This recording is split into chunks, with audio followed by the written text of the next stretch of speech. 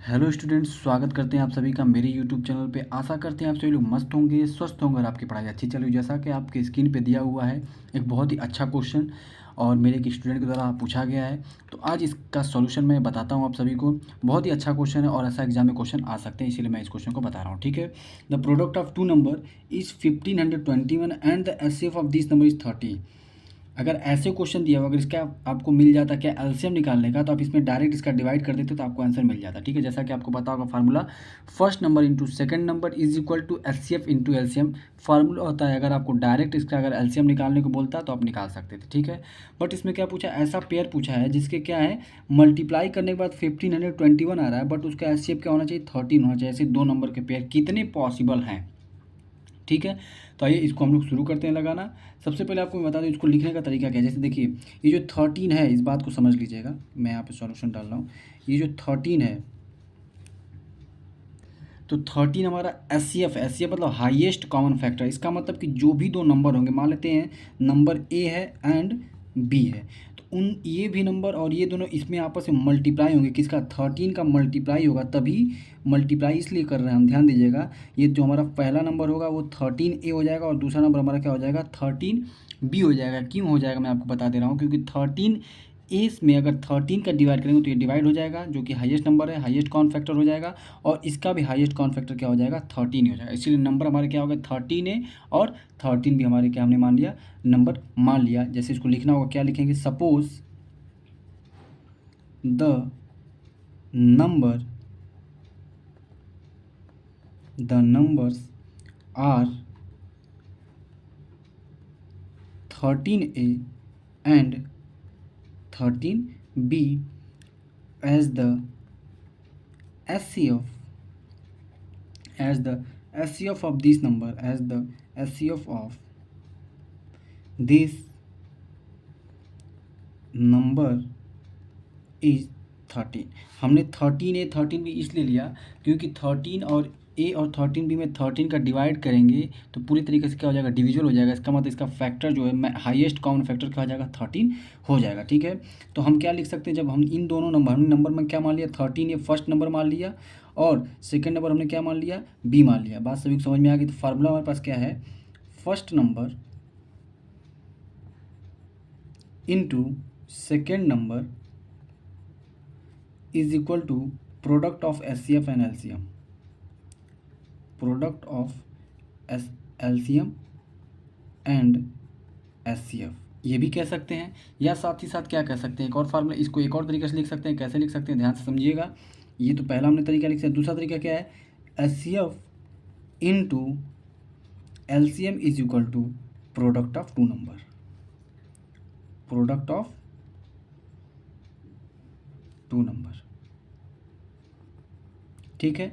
अब हम लोग क्या करते हैं, इसको सॉल्व करते हैं। जो हमने नंबर माना था, तो इसकी मदद से अब हम लोग क्या लिख सकते हैं, इसका फल लिख सकते हैं कि 13 जो हमने माना था पहला number, 13 into 13B is equal to product of two number दिया हुआ, तो हमने लिख दिया 1521। सॉरी, यहाँ पे क्या हो जाएगा, 1521।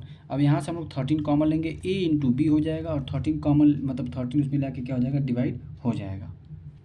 सॉरी, कॉमन नहीं, इसको डायरेक्ट आप डिवाइड में लेके जाएंगे। ठीक है। तो ये हो जाएगा 1521 अपॉन में 13, ये वाला 13 डिवाइड में और साथ ही साथ ये वाला 13 भी डिवाइड में चला जाएगा। ठीक है। इसको कट करते हैं, 13 वन जा 13, यहाँ बचा 2, 13 वन जा 13, उसके बाद ध्यान दीजिएगा, और यहाँ पे बचा 9, 9 वन 9 मतलब 13 7 जा 100, मतलब 13 7 जा 91 हो जाएगा। अब इसको कट करते हैं, कितना जाएगा, ये जाएगा 9 टाइम में। अब ध्यान देने वाली, यहीं से हमारा मेन क्वेश्चन शुरू होगा। यहाँ पे A इंटू बी जो है, ये क्या आ रहा है, 9 आ रहा है। अब हमारे पास 9 आएगा। अब यहाँ से हम लोग पेयर निकालेंगे। क्या निकालेंगे, पेयर, A को क्या रखें और B को क्या रखें कि 9 आ जाए। तो पहला पेयर हमारा क्या बनेगा, 1 बनेगा और 9 बन जाएगा। दूसरा पेयर क्या बनेगा, 2 से कोई पेयर नहीं बनेगा तो 3 बनेगा और 3 बनेगा।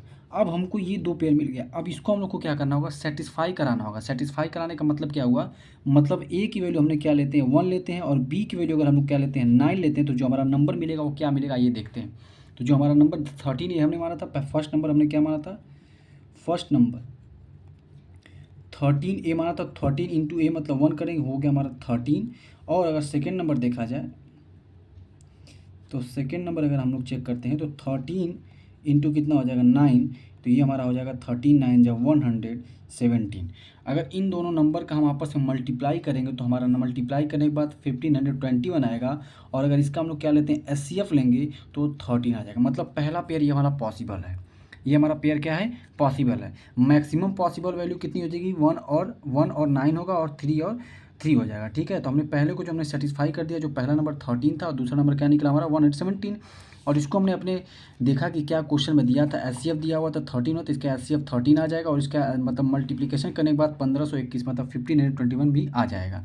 अब सेकेंड जो पेयर है उसको भी चेक कर लेते हैं। तो सेकेंड नंबर यहाँ पे आप चेक करेंगे, फर्स्ट नंबर हमने क्या लिया, अब यहाँ पे 3 और 3 लेकर चेक करते हैं। ठीक है, तो फर्स्ट नंबर यहाँ पे 13 × 3 लेंगे और सेकेंड नंबर भी हमारा क्या हो जाएगा, ध्यान दीजिएगा, 13 × 3 ही लेंगे। अगर इसको मल्टीप्लाई करेंगे तो कितना हो जाएगा, 13 है।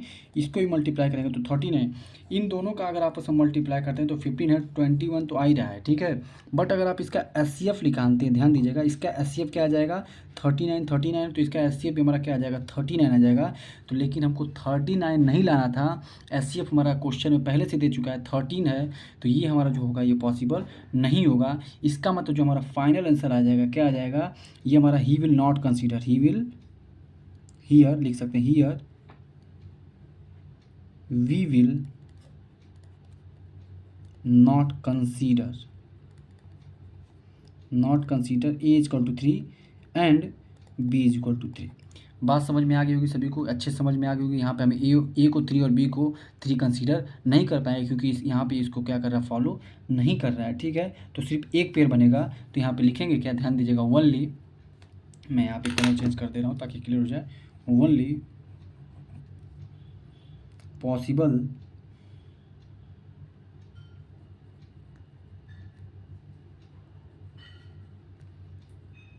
Pair is